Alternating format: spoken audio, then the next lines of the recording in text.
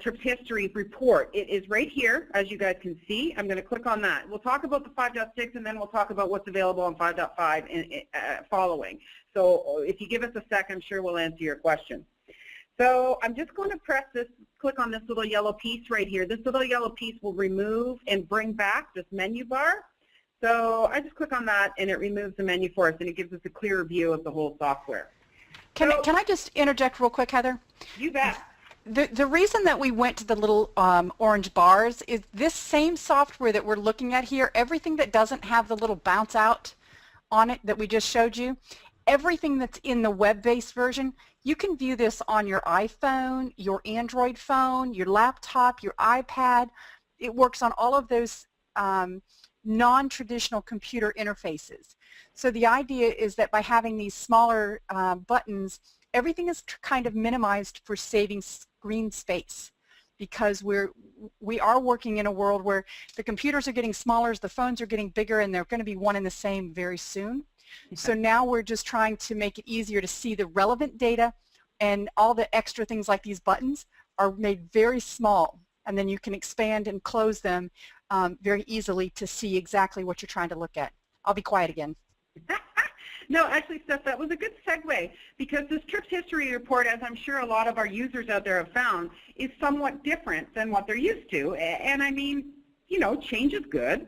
But one of the reasons being is, as you just mentioned, Steph, is we're keeping these reports very clean and streamlined for that very reason, that they can fit on a tablet, a phone, you know, simply, cleanly, and easy to view.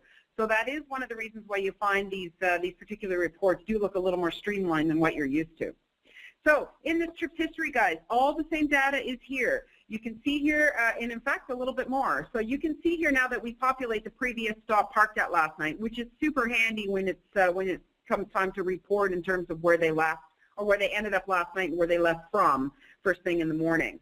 So you can see the previous stop parked at last night. You can see, in this case, in the Second Harvest database, these are all known zones that this particular driver has landed in. You can tell by the name, of course, no difference there. We're naming it, and then the address will populate for you as well.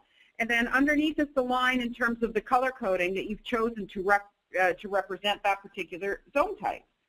So for these guys, Loblaws, as we know, is a donor.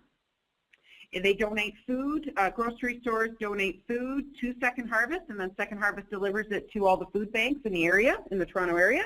So blue represents the donors, and the red here represents the recipients, the food banks in the area. So this is an easy reference for Second Harvest to use, not unlike, I'm sure you guys know, in 5.5. The data here, you can see that what time they arrived at. When you mouse over, you do see the time that they started the trip at as well.